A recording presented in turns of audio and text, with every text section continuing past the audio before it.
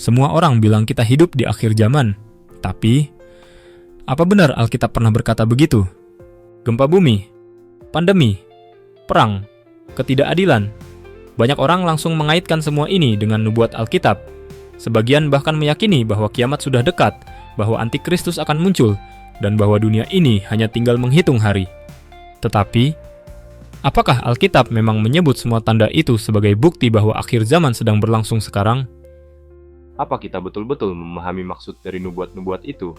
Ataukah kita hanya mewarisi tafsiran yang belum tentu sesuai konteksnya? Video ini akan menyelidiki langsung ke dalam teks Alkitab. Kita akan menelusuri nubuatan dari kitab Daniel, perkataan Yesus dalam Matius 24, sampai penglihatan Yohanes di Wahyu. Dan tidak berhenti di situ, kita juga akan melihat bagaimana para penafsir di berbagai zaman mencoba memahaminya. Bukan untuk menebak tanggal, tapi untuk memahami rencana besar Allah, dan bagaimana hal itu seharusnya membentuk cara kita hidup hari ini. Bagi banyak orang, pembahasan tentang akhir zaman terasa rumit dan jauh dari kehidupan sehari-hari. Namun, jika kita melihat isi Alkitab, topik ini ternyata mendapat perhatian yang cukup besar.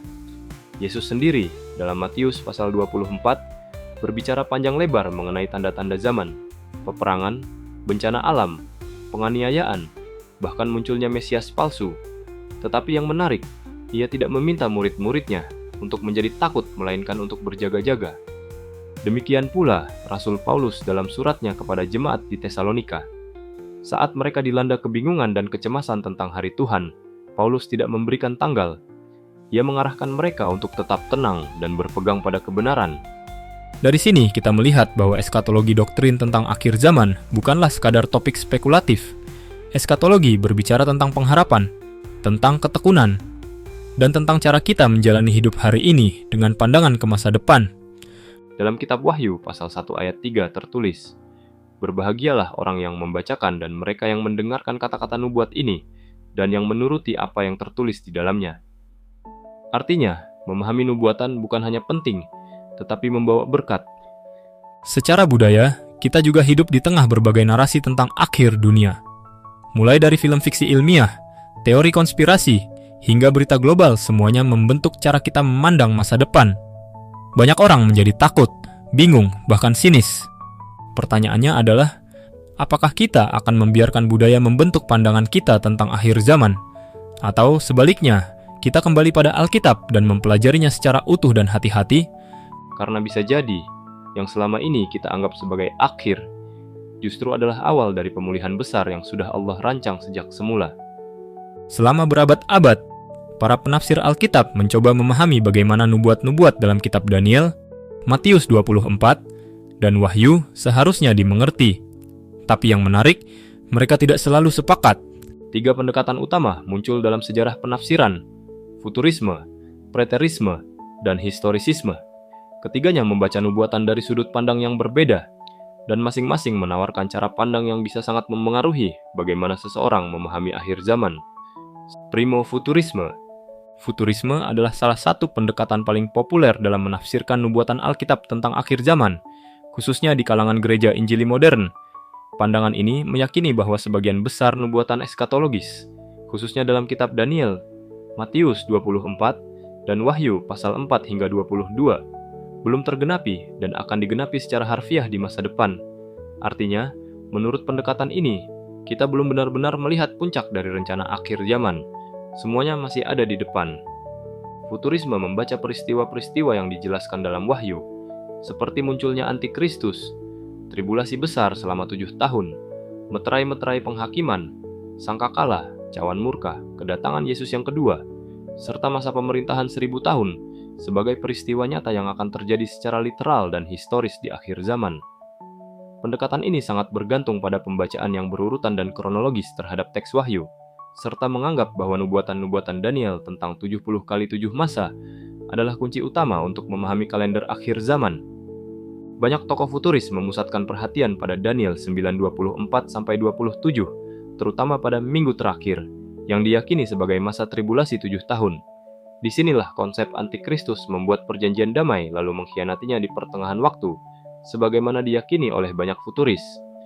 Masa ini lalu dihubungkan dengan Wahyu 13, di mana muncul binatang dari laut yang diberi kuasa untuk memerintah selama 42 bulan, angka yang sering ditafsirkan sebagai paruh kedua dari masa tribulasi. Sementara itu, Matius 24:30, di mana Yesus menyebut akan muncul tanda anak manusia di langit, diyakini merujuk langsung pada kedatangannya secara fisik yang akan terlihat oleh seluruh dunia, tepat di akhir masa kekacauan itu. Futurisme menekankan bahwa akhir zaman bukan sekadar peristiwa spiritual atau simbolik, melainkan momen-momen yang akan terjadi secara konkret di bumi. Karena itu, pendekatan ini sangat menyentuh sisi emosional dan imajinatif dari banyak orang percaya. Tidak heran jika selama abad ke-20 hingga sekarang, pendekatan futuris menjadi sangat dominan, bukan hanya dalam pengajaran gereja, tetapi juga dalam budaya populer Kristen.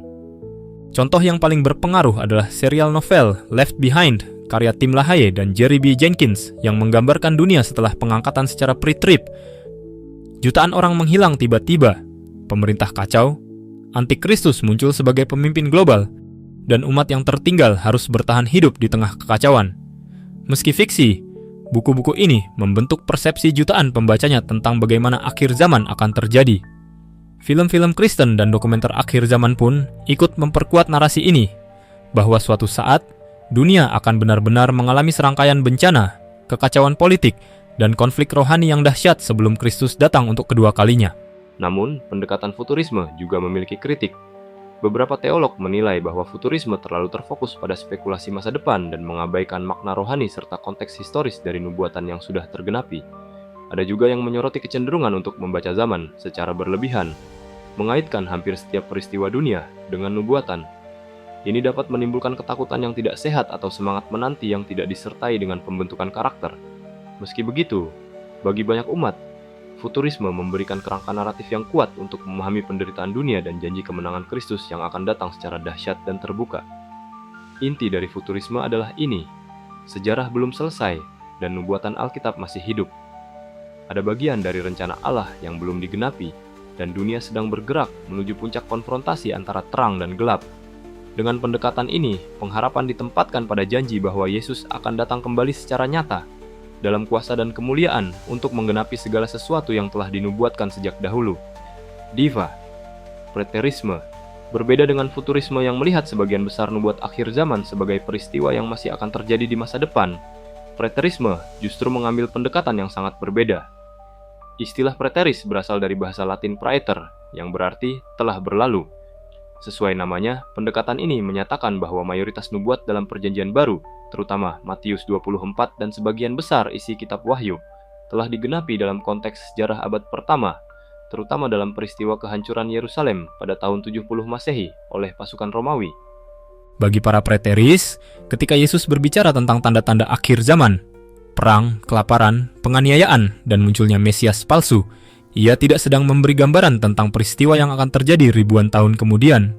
Sebaliknya, Yesus sedang berbicara secara langsung kepada generasi pendengarnya saat itu, yakni para murid. Ini ditegaskan dalam Matius 24:34, ketika Yesus berkata, "Sesungguhnya angkatan ini tidak akan berlalu sebelum semuanya ini terjadi." Kalimat ini menjadi salah satu fondasi utama preterisme.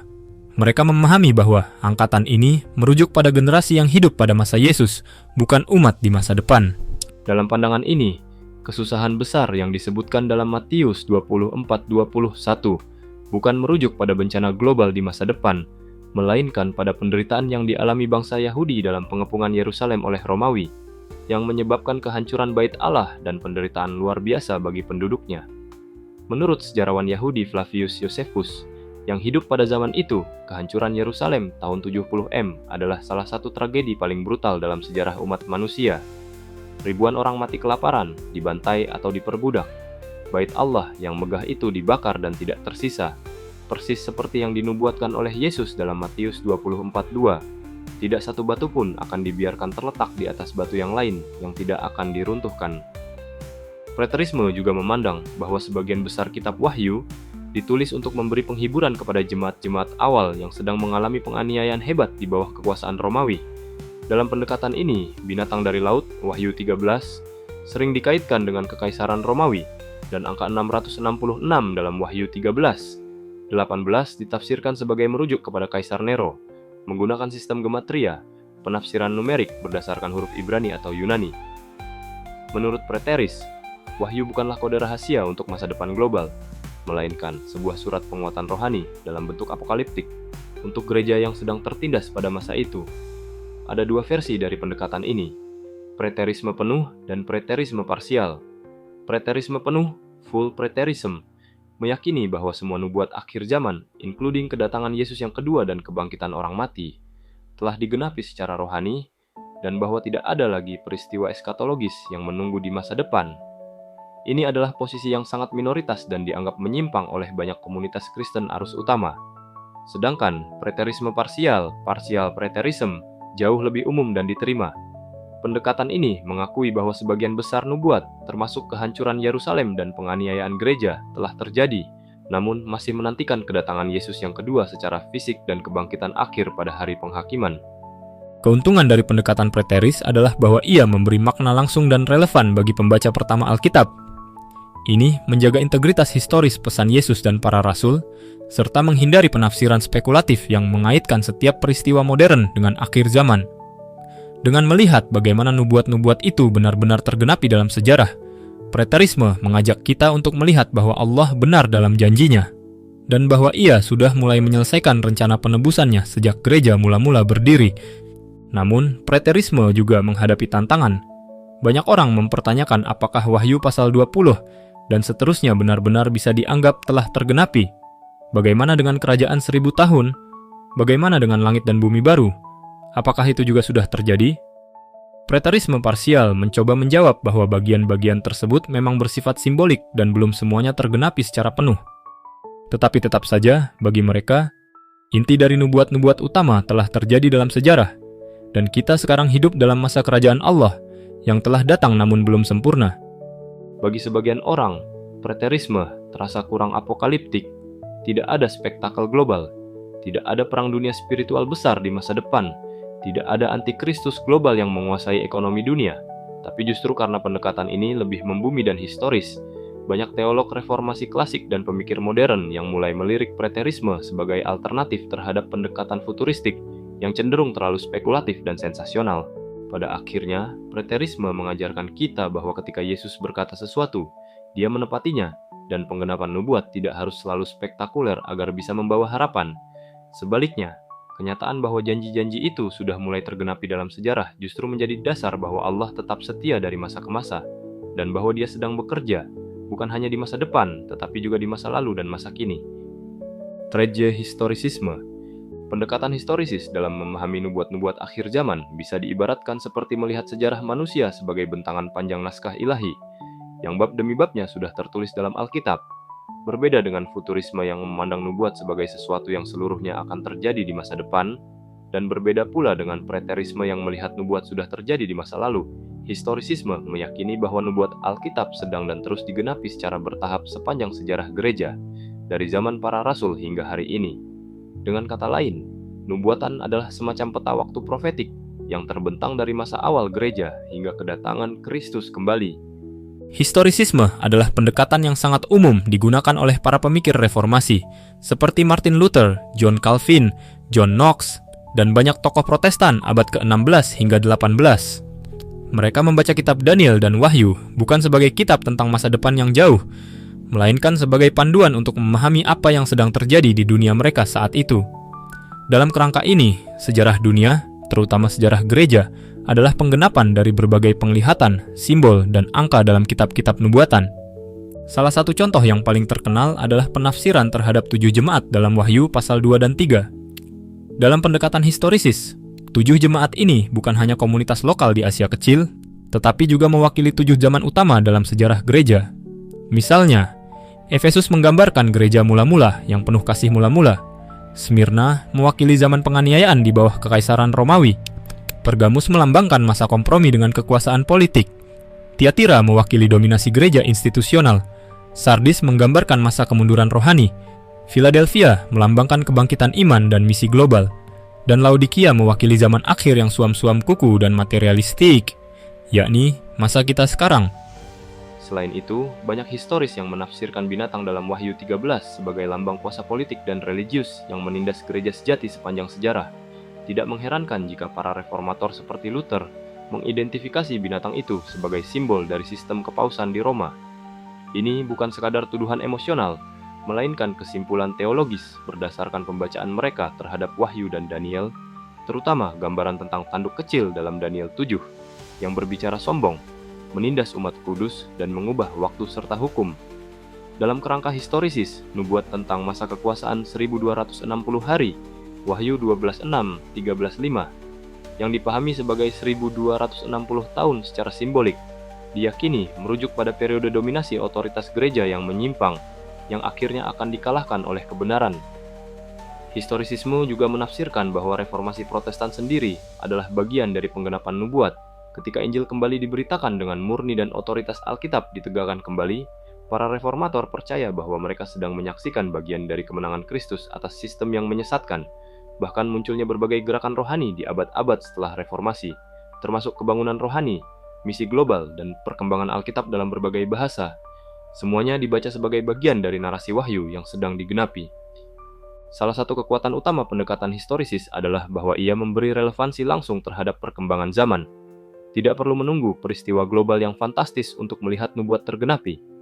Sejarah dunia, sejak Kristus naik ke surga hingga hari ini, adalah bagian dari kisah besar pemurnian gereja dan penantian atas kedatangan Kristus yang kedua.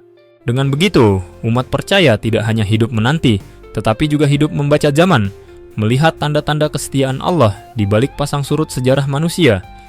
Namun, historisisme bukan tanpa tantangan. Salah satu kritik terhadap pendekatan ini adalah bahwa ia mudah berubah-ubah.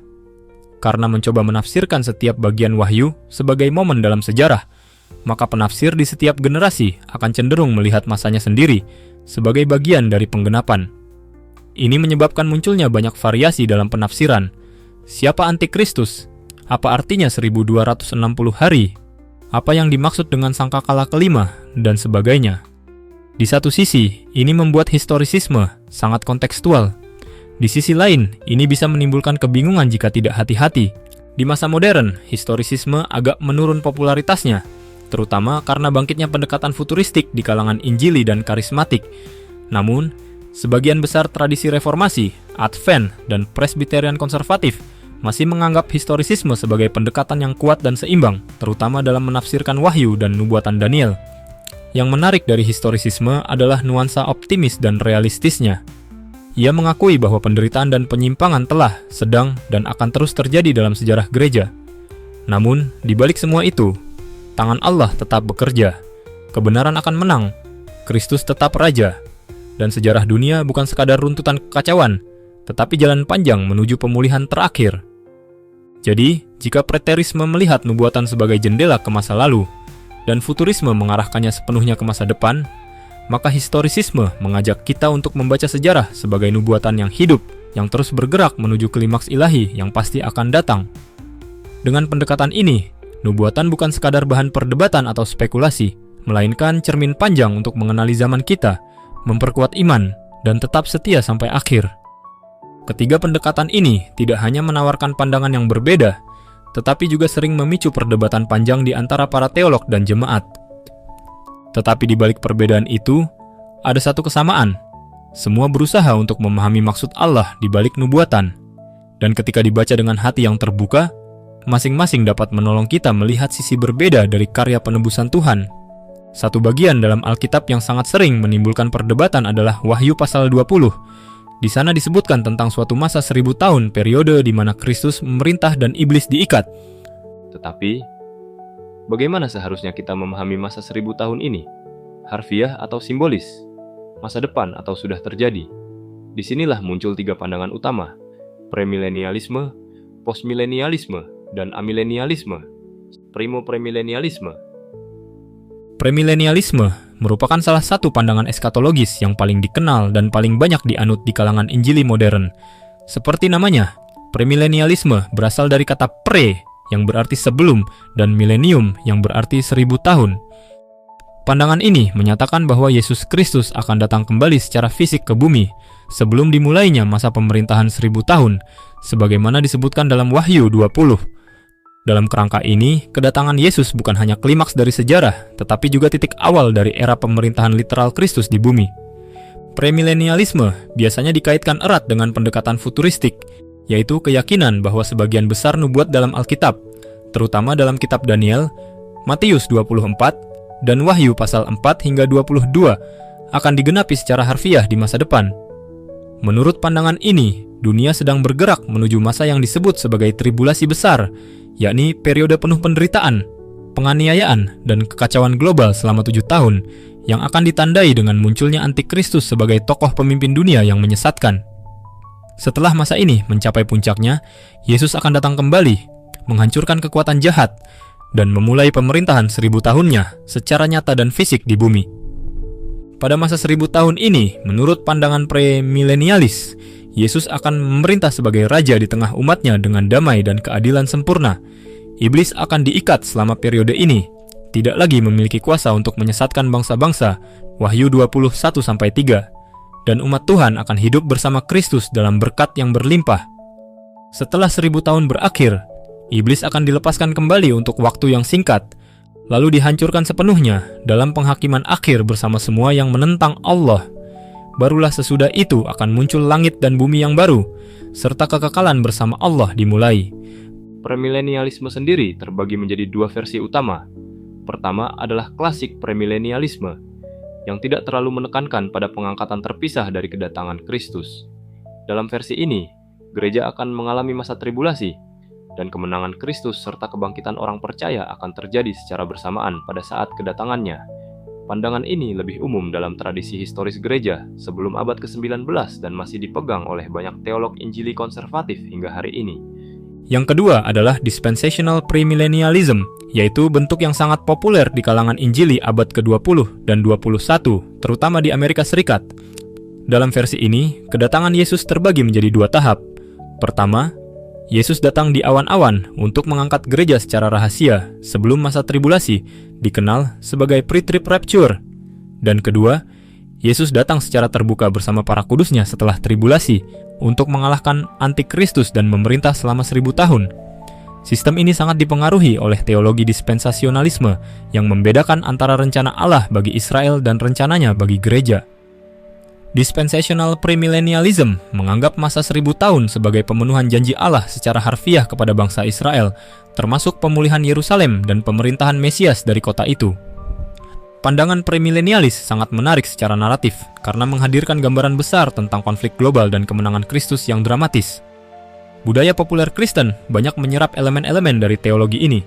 Buku dan film seperti Left Behind, A Thief in the Night, dan berbagai produksi media akhir zaman menggambarkan dunia yang dilanda kekacauan, di mana orang-orang percaya menghilang secara misterius, pemerintahan global terbentuk, dan akhirnya Yesus datang dengan pasukan surgawi untuk mengakhiri segalanya. Meski bersifat fiksi, gambaran-gambaran ini sangat memengaruhi cara berpikir generasi Kristen modern tentang akhir zaman. Namun, seperti semua pandangan eskatologis, premilenialisme juga memiliki kritik dan tantangan. Beberapa kalangan teolog mempertanyakan dasar literalitas 1000 tahun dalam Wahyu 20. Apakah harus dipahami sebagai periode waktu harfiah? Ataukah itu simbol dari realitas rohani yang lebih luas? Selain itu, pembagian 2 tahap kedatangan Yesus, rapture dan second coming, dianggap tidak didukung secara eksplisit oleh teks Alkitab, dan baru berkembang dalam tradisi Kristen pada abad ke-19 melalui pengaruh tokoh seperti John Nelson Darby dan Scofield Reference Bible. Kritik lain datang dari pandangan teologis yang menilai premilenialisme cenderung bersifat pesimis terhadap sejarah dunia karena fokus utamanya adalah penghakiman dan kehancuran. Premilenialisme sering dikaitkan dengan sikap menghindar dari transformasi sosial, seolah-olah dunia ini akan makin buruk dan tidak bisa diperbaiki, sehingga tugas utama orang Kristen hanyalah menunggu kedatangan Yesus, bukan membawa dampak nyata.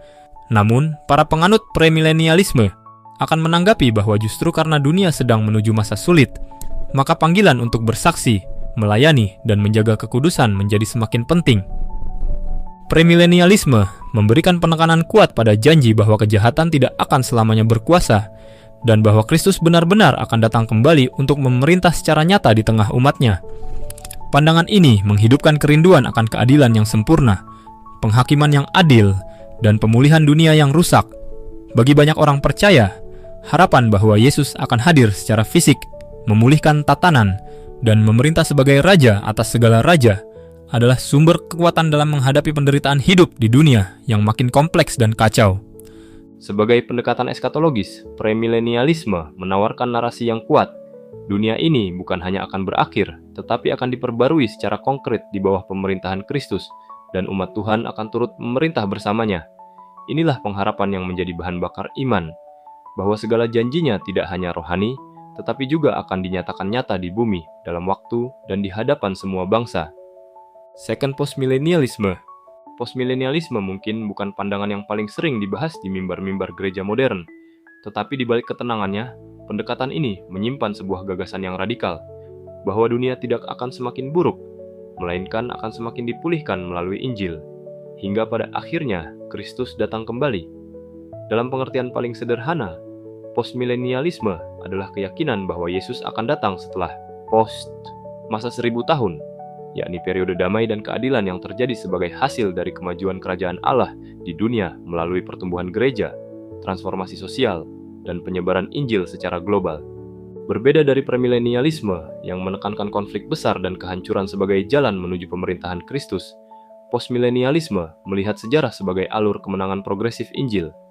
Masa 1000 tahun, menurut pendekatan ini, bukan selalu dimengerti secara harfiah sebagai 1000 tahun kalender, tetapi lebih sebagai periode panjang yang ditandai oleh pertumbuhan dan pengaruh kebaikan Kristus atas dunia. Dalam kerangka ini, kerajaan Allah tidak datang dengan guncangan besar atau intervensi mendadak, tetapi tumbuh perlahan, seperti ragi dalam adonan atau biji sesawi yang menjadi pohon besar, gambaran yang sangat selaras dengan pengajaran Yesus sendiri dalam Injil. Postmilenialisme sempat menjadi pandangan dominan di kalangan teolog dan gereja barat pada abad ke-18 dan 19, terutama pada masa-masa di mana gerakan misi dunia berkembang pesat, kebangkitan rohani terjadi di banyak tempat, dan reformasi sosial mulai mengguncang perbudakan, pendidikan, serta keadilan ekonomi. Banyak tokoh Kristen di masa itu, seperti Jonathan Edwards, Charles Hodge, dan bahkan sebagian besar teolog Puritan, yakin bahwa mereka hidup di masa awal dari milenium, dan bahwa Injil sedang menyebar untuk membentuk masa depan dunia yang lebih adil dan penuh terang. Bahkan pemikiran para pendiri negara-negara barat, termasuk beberapa tokoh Kristen di Amerika, sangat dipengaruhi oleh keyakinan bahwa dunia akan diperbarui melalui prinsip-prinsip kekristenan sebelum Kristus datang. Dalam struktur postmilenialisme, masa tribulasi tidak dimengerti sebagai bencana global di akhir zaman, melainkan sebagai kesulitan yang telah dan sedang dihadapi oleh gereja sepanjang sejarahnya. Penderitaan, penganiayaan, dan tantangan iman bukan dihapuskan, tetapi diyakini sebagai bagian dari pertumbuhan rohani dan kemenangan Injil secara bertahap. Setelah Injil menyebar ke seluruh bangsa dan kerajaan Kristus semakin memengaruhi masyarakat, barulah Yesus akan datang dalam kemuliaan untuk menghakimi dan membuka langit serta bumi yang baru. Salah satu keunikan pendekatan ini adalah optimisme teologisnya. Dalam dunia yang sering dirasuki narasi kehancuran, postmilenialisme menyuarakan harapan bahwa Injil benar-benar memiliki kuasa untuk mengubah individu, keluarga, masyarakat, dan bahkan sistem pemerintahan, bahwa kuasa salib dan kebangkitan Kristus tidak hanya menyelamatkan jiwa, tetapi juga membentuk budaya, menghapus ketidakadilan, dan mendatangkan damai. Maka, bagi postmilenialis, mandat misi Kristen bukan hanya menantikan langit terbuka, tetapi juga membangun kerajaan Allah di bumi, dalam pekerjaan, hukum, seni, pendidikan, dan segala bidang kehidupan. Namun, postmilenialisme juga menghadapi tantangan besar, terutama dalam realitas dunia pasca abad ke-20, dua perang dunia, Holocaust, kebangkitan ateisme, kekerasan sistemik, dan ketidaksetaraan global membuat banyak orang mempertanyakan, benarkah dunia sedang bertumbuh semakin baik? Apakah benar pengaruh Injil makin luas, atau justru makin diremehkan? Tidak sedikit yang merasa bahwa narasi kehancuran lebih cocok dengan realita hari ini daripada optimisme sosial. Postmilenialis menanggapi bahwa kemenangan Injil tidak selalu berarti dunia bebas dari kejahatan sepenuhnya. Seperti halnya pertumbuhan pohon yang lambat dan tidak mencolok, kerajaan Allah menyebar secara bertahap dan seringkali tidak terlihat dramatis. Mereka menekankan bahwa pengaruh kekristenan sejati memang bekerja dari dalam keluar, mengubah hati manusia, membentuk komunitas baru, dan secara perlahan mempengaruhi struktur masyarakat. Sejarah membuktikan bahwa banyak perubahan besar, penghapusan perbudakan, kemajuan pendidikan umum, rumah sakit, bahkan hak pilih perempuan, berakar pada gerakan Kristen yang percaya akan transformasi dunia sebelum kedatangan Kristus. Dari sisi Alkitab, postmilenialisme sering mengutip Mazmur 2, Yesaya 2, Yesaya 11, serta perumpamaan-perumpamaan Yesus dalam Matius 13 sebagai bukti bahwa Allah merencanakan kemenangan Mesias atas bangsa-bangsa melalui penyebaran firman. Dalam 1 Korintus 15:25-26,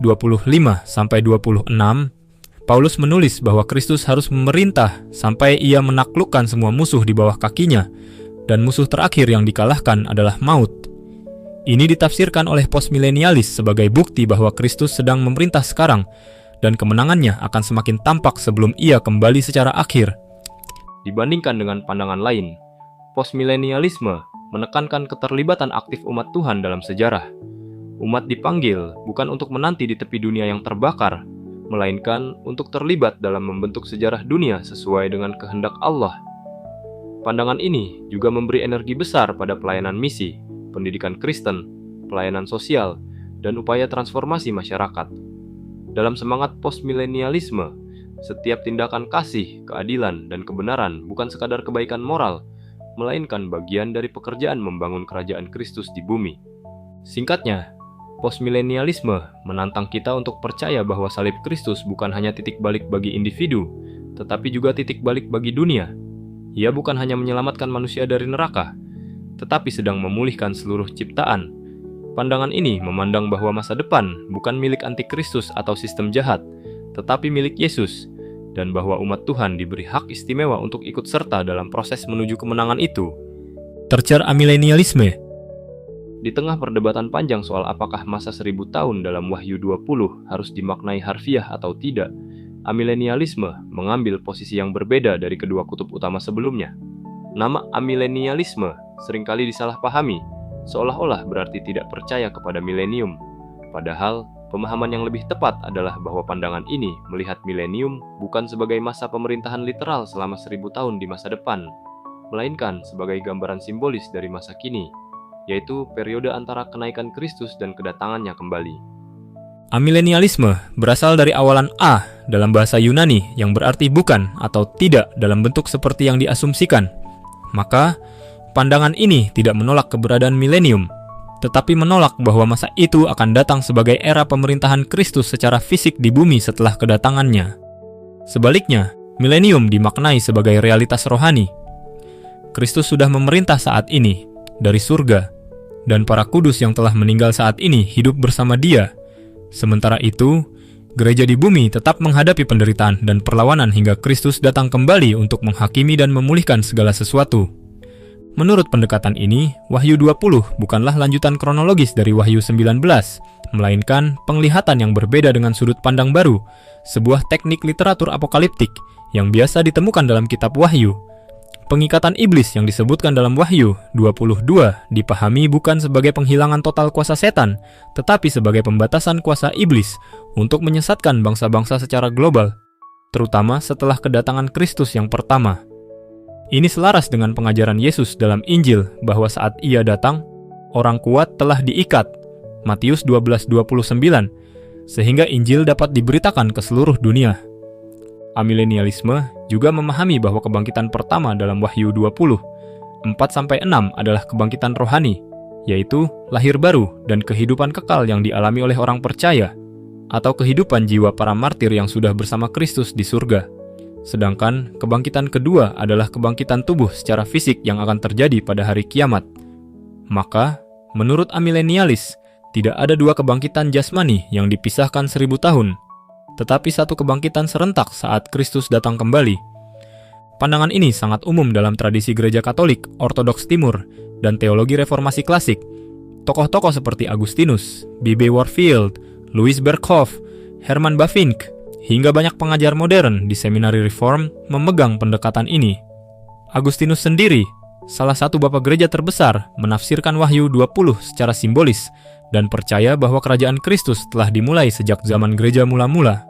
Gereja bukan sedang menanti pemerintahan Kristus yang akan datang, melainkan sedang hidup di dalamnya sekarang. Walau belum dalam bentuk yang sempurna, keunggulan dari pendekatan amilenialis adalah konsistensi teologis dan penekanannya pada makna rohani, serta fokus kepada pengharapan kekal. Ia tidak tergoda oleh spekulasi geopolitik atau kalkulasi tanggal. Tidak perlu mengidentifikasi antikristus sebagai tokoh politik tertentu atau menafsirkan setiap krisis global sebagai penggenapan wahyu. Sebaliknya, Amilenialisme melihat seluruh sejarah gereja sebagai medan pertempuran spiritual yang telah dimulai sejak Kristus menang atas maut dan yang akan berakhir dengan penghakiman terakhir serta penciptaan langit dan bumi yang baru. Namun, amilenialisme juga menuai tantangan. Banyak orang Kristen, khususnya di kalangan Injili, merasa bahwa pandangan ini terlalu lembut atau kurang menggairahkan secara naratif, karena tidak ada kerajaan fisik Kristus di bumi dalam masa 1000 tahun literal. Beberapa orang merasa kehilangan kejelasan kronologis atau film akhir zaman yang dramatis. Selain itu, banyak orang sulit menerima bahwa Wahyu 20 bisa sepenuhnya simbolik, karena bahasa yang digunakan cukup spesifik, 1000 tahun, penghakiman, kebangkitan. Tapi bagi amilenialis, gaya bahasa Wahyu memang simbolik sejak awal, maka angka 1000 dipahami sebagai simbol dari waktu yang panjang dan lengkap, bukan hitungan literal. Dari sisi Alkitab, amilenialis sering mengutip Yohanes 18:36 saat Yesus berkata, "Kerajaanku bukan dari dunia ini." Ini menegaskan bahwa Kristus memerintah secara rohani, bukan politik. Dalam 1 Korintus 15, Paulus menggambarkan urutan akhir zaman. Kristus bangkit, lalu semua musuh ditaklukkan, dan kemudian datang akhir ketika ia menyerahkan kerajaan kepada Allah Bapa. Tidak disebutkan adanya jeda 1000 tahun, maka kedatangan Yesus kedua hanya akan terjadi sekali, dan bersamaan dengan kebangkitan, penghakiman, serta penciptaan baru. Amilenialisme menawarkan stabilitas pengharapan yang tidak bergantung pada tanda-tanda zaman atau perubahan politik dunia. Fokusnya bukan pada prediksi, tapi pada kesetiaan di tengah penderitaan. Bagi amilenialis, penderitaan, penganiayaan, dan perjuangan adalah bagian dari kehidupan gereja yang normal. Tapi sekaligus, mereka percaya bahwa kemenangan sudah dimulai. Kristus telah bangkit, telah memerintah, dan akan datang kembali untuk menggenapi pemulihan total. Dengan pendekatan ini, umat Tuhan tidak hidup dalam ketakutan akan masa depan yang gelap, tetapi dalam pengharapan akan kemenangan akhir yang pasti. Mereka tidak terpaku menunggu antikristus muncul dari panggung politik dunia, tetapi justru berjuang melawan kejahatan setiap hari dengan kasih, pengharapan, dan kekudusan. Gereja bukan hanya penonton yang menunggu akhir cerita, melainkan bagian dari cerita, terlibat dalam pekerjaan pemulihan yang sedang Tuhan lakukan. Amilenialisme mengingatkan kita bahwa eskatologi bukan soal spekulasi masa depan, melainkan soal kesetiaan di masa kini. Kristus sudah menang, gereja sedang berjalan menuju kepenuhan, dan pada saat yang telah ditentukan, segala yang tersembunyi akan dinyatakan, dan seluruh ciptaan akan melihat kemuliaan Tuhan. Bukan karena ada kerajaan fisik baru di Yerusalem, tetapi karena langit dan bumi yang baru akan dipenuhi dengan hadirat Allah selamanya. Pandangan ini banyak dianut dalam tradisi Katolik, Ortodoks, dan sebagian besar teologi reform. Pertanyaannya bukan sekadar, mana yang benar? Tapi, apa implikasi dari cara kita memandang milenium?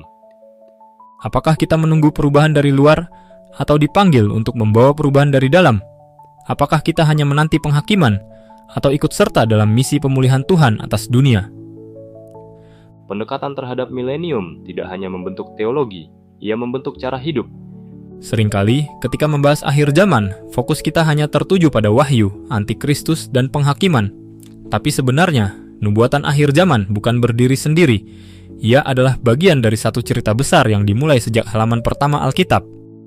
Dalam Kejadian, kita melihat dunia diciptakan dalam keadaan sempurna. Manusia diciptakan segambar dengan Allah, hidup dalam relasi yang utuh dengan Sang Pencipta dan alam ciptaan. Tetapi dosa masuk, dan sejak saat itu ada sesuatu yang hilang. Manusia diusir dari Taman Eden, dan dunia tidak lagi seperti semula. Namun, janji pemulihan sudah mulai muncul sejak Kejadian 3:15, di mana Allah berjanji akan mengirim keturunan yang akan menghancurkan kepala ular. Sepanjang Perjanjian Lama, kita melihat Allah memanggil Abraham, membentuk bangsa Israel, memberikan hukum, menunjuk para nabi, semuanya mengarah pada satu hal, janji akan datangnya Mesias. Dan ketika Yesus datang, Dia menyatakan bahwa kerajaan Allah sudah dekat. Kematian dan kebangkitannya adalah titik balik besar dalam sejarah keselamatan. Tapi cerita itu belum selesai. Kitab Wahyu menutup dengan gambaran pemulihan yang penuh harapan. Langit dan bumi baru, kota kudus dan pohon kehidupan yang kembali muncul. Wahyu 22. Sebuah pengulangan Eden, tapi dengan kemuliaan yang jauh lebih besar. Disinilah eskatologi mendapat tempatnya.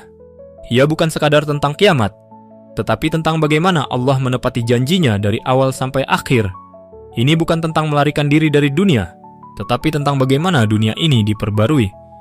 Jika kejadian dimulai dengan penciptaan, wahyu diakhiri dengan penciptaan yang baru. Jika kejadian menunjukkan manusia jatuh, wahyu menunjukkan manusia ditebus dan kembali kepada Allah. Eskatologi bukan bab terakhir dari cerita, tapi puncak dari keseluruhan rencana penebusan. Ketika berbicara tentang akhir zaman, perbedaan pandangan hampir tak terelakkan. Bahkan di antara para teolog yang sama-sama mengasihi Tuhan dan menghormati Alkitab, kita menemukan interpretasi yang sangat beragam. Ada yang meyakini bahwa masa tribulasi akan datang, sementara yang lain percaya itu sudah terjadi di abad pertama. Ada yang menanti kerajaan 1000 tahun secara harfiah, ada pula yang melihatnya sebagai lambang kemenangan rohani. Lalu muncul pertanyaan, kalau pandangannya beda-beda, mana yang benar? Pertanyaan ini penting, tetapi mungkin bukan itu yang terutama. Karena dalam setiap pendekatan yang telah kita bahas, futurisme, preterisme, historisisme, premilenialisme, postmilenialisme, dan amilenialisme, ada satu hal yang tetap sama. Kepercayaan bahwa Kristus akan menang, bahwa Allah sedang bekerja, dan bahwa akhir dari segalanya bukan kehancuran, melainkan pemulihan. Alkitab tidak ditulis untuk memuaskan rasa ingin tahu manusia soal masa depan, tapi untuk membentuk karakter umatnya di masa kini. Mungkin itulah sebabnya Yesus tidak pernah memberi tanggal. Ia memberi peringatan dan pengharapan. Ia berkata, berjaga-jagalah. Dan itu berlaku bagi semua muridnya, di segala zaman. Dalam dunia yang mudah terpolarisasi oleh perbedaan, kita diundang untuk tetap rendah hati, untuk bersedia belajar dari sudut pandang lain, tanpa kehilangan pegangan pada inti Injil. Karena yang terpenting bukanlah apakah kita tahu persis bagaimana akhir zaman akan terjadi, melainkan apakah kita siap, setia, dan tetap mengasihi Tuhan sampai saat itu tiba.